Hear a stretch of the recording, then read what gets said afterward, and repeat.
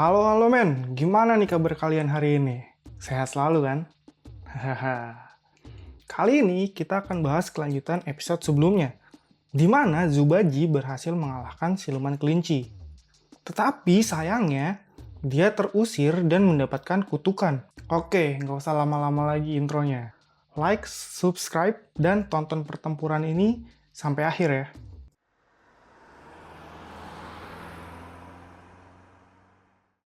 Oke kawan, kita mulai perjalanan imajinasi cerita ini. Aktifkan imajinasi kalian dengan baik ya. Pada chapter ini diperlihatkan rangkuman kesulitan Tan Sanzang dan murid-muridnya. Di mana terlihat Wuqing sedang kesulitan mencari Tan Sanzang yang menghilang di dalam alam baka. Lalu Baji yang terjebak di jalur iblis dan mendapatkan kutukan karena meremehkan janjinya. Kakak pertama Wukong sibuk bertempur di istana surga. Dan yang terakhir adalah Bailang, yang tetap melewati perjalanannya bersama siluman harimau dan Xiaoyu. Dalam perjalanan itu, tidak terasa mereka sudah sampai di reruntuhan kota kuno. Kota itu sangatlah besar, dan banyak bebatuan seperti wajah manusia. Kota itu ditulis oleh Tan Sanzang di buku catatannya. Dan dia menceritakan dulunya kota ini sangatlah makmur, tetapi perlahan turun hingga hancur. Di sana juga banyak roh yang berkeliaran. Tetapi roh-roh itu tidaklah berbahaya. Lalu, Yihu memecahkan keheningan dengan meminta Xiaoyu untuk melepaskan ikatannya. Karena dia sudah mengantar mereka ke kota ini. Namun, Xiaoyu berkata akan lebih baik jika Yihu diikat. Yihu pun mengatakan percuma saja mereka berjalan bersama kalau tidak ada kepercayaan terhadapnya. Dan lebih baik dia dibunuh daripada diselamatkan. Perkataan itu membuat Xiaoyu tersadar dan melepaskan ikatan Yihu. Walau menurutnya sebenarnya Yihu bersumpah karena keadaan yang memaksanya. Bailang juga mengatakan semua itu akan percuma jika Yihu ikut dengannya. Tetapi dia tidak tulus. Xiaoyu pun membiarkan Yihu pergi, tapi dia percaya kalau waktunya tiba, Yihu pasti kembali padanya. Dan pada saat itu tiba, dengan sukarela Yihu akan menemani mereka ke barat. Itulah yang dinamakan takdir. Yihu pun tidak mempercayai takdir yang dikatakan Xiaoyu, dan dia memutuskan untuk pergi meninggalkan mereka. Sebelum pergi, dia berpesan kalau kota kuno bukanlah tempat yang mudah untuk dilalui.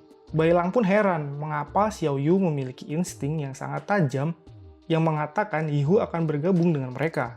Dan Bailang mengatakan kalau sampai takdir itu benar, dia akan menerima Yihu. Menurutnya, pertambahan kekuatan di kelompoknya sangatlah penting, karena saat ini sudah tidak ada guru dan kakak mereka. Lalu tiba-tiba Bailang menyadari sesuatu yang aneh di tempat itu, dan batu-batu berwajah di sekitarnya bergerak untuk menyambut mereka. Ternyata batu-batu berwajah itu adalah pasukan kota kuno, dan mereka semua membawa senjata tombak di tangannya. Wah, serem nih. Lalu Bailang pun waspada dan siap menyerang mereka. Xiaoyu pun menahannya dan mengatakan kalau mungkin mereka tidak jahat. Dengan tiba-tiba, muncullah gubernur pasukan kota kuno yang bergelinding dari entah mana asalnya. Dan menanyakan nama mereka. Mereka pun memperkenalkan diri, Xiaoyu dan Bailang namanya. Mereka ke sana dengan tujuan ke Nirwana. Jadi mereka memohon untuk dibiarkan lewat. Gubernur itu pun mengatakan sudah lama sekali dia sudah tidak dengar perjalanan ke Nirwana. Yang terakhir melakukannya adalah Tan Sanzang. Xiaoyu pun mengatakan kalau itu benar, dan mereka pergi bersamanya. Namun sayangnya, pasukan kota batu itu mencurigai Bailang, dan mengatakan kalau dia adalah arwah jahat. Lalu Xiaoyu dengan terbata-bata membelanya, dan mengatakan itu hanya hampir dirasukin arwah jahat aja. Gubernur itu mengatakan kalau mereka tidak bisa berbohong, karena aura Bailang sangatlah kotor dan busuk.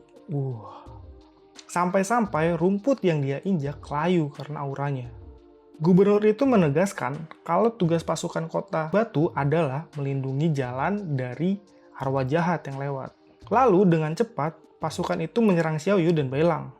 Sayangnya Bailang tidak bisa melawan, karena blok batu itu sangat keras dan tidak bisa ditendang. Pasukan itu pun lalu melompat dan menindih tubuh Bailang dan Xiaoyu. Bailang pun tidak berdaya ditindih mereka. Sedangkan Xiaoyu dilepaskan untuk mereka tangkap. Gubernur pun mengatakan kalau Bailang bukan arwah jahat biasa, dan Xiaoyu membelanya kalau dia adalah arwah jahat yang baik. Tapi sayangnya gubernur itu tidak mempercayai, karena menurutnya itu adalah kemustahilan. Xiaoyu pun ditangkap karena menurutnya dia mencurigakan juga.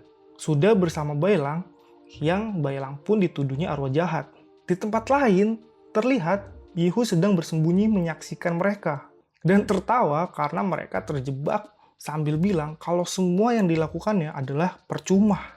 Shin pun berpindah ke istana surga saat ini, di mana di sana diperlihatkan pertarungan sengit antara Wukong melawan Raja Utara. Wukong pun terus mengamuk dan mengatakan kalau Waisrawana menghalanginya, maka Wukong akan menghajarnya. Tetapi Waisawana tidak peduli dan mengatakan sudah saatnya Wukong marah dan menghancurkan karena itu sifat alaminya. Dan Waisawarna mengatakan kalau dia tidak akan kalah dan berhasil menjinakkan Wukong. Waisawarna pun dengan kekuatannya memukul tubuh raksasa Wukong. Pukulan itu membuat Wukong terlempar dan pasukan yang menyaksikannya pun memutuskan untuk jaga jarak dan melawan pasukan kegelapan. Karena menurutnya serpihan kehancuran dari hasil pertarungan itu saja sangat mengerikan. Jadi mana bisa mereka ikut campur. Lalu dengan tengil ya, Wukong pun menantang Waisawarna sambil mengejeknya. Hahai, apa cuma segitu kekuatanmu Waisawarna? Pukulan itu pun tidak membuatku tergores. Haha. Waisawarna pun mengatakan Wukong boleh juga dan dia harus mencobanya lebih keras agar tidak mengecewakan Waisawarna. Waisawarna pun mengeluarkan kesaktiannya untuk menyerang Wukong. Terlihat Wukong dan bangunan di sekelilingnya tidak bisa bergerak. Bahkan Wukong pun tidak bisa mendengar perkelahian di sekitarnya. Ternyata Waisawarna mengeluarkan kekuatan penjara ruang dan waktu. Dan itu membuat sekuat apapun lawannya tidak akan bisa keluar dari sana. Lalu Waisawarna pun menambahkan serangannya dan berteriak, "Hancurlah!" Wah. Dan serangan itu setara dengan berat ribuan gunung. Wukong pun menerima serangan itu. Bahkan terlihat tempat-tempat di sekitarnya hancur berkeping-keping karena kekuatan hebat milik Waisawarna. Hahaha. Dan chapter pun berakhir sampai sini. Gimana? Makin penasaran gak nih? Tunggu video selanjutnya ya untuk pertempuran kali ini. Jangan lupa like dan subscribe-nya ya. Terima kasih dan sampai jumpa.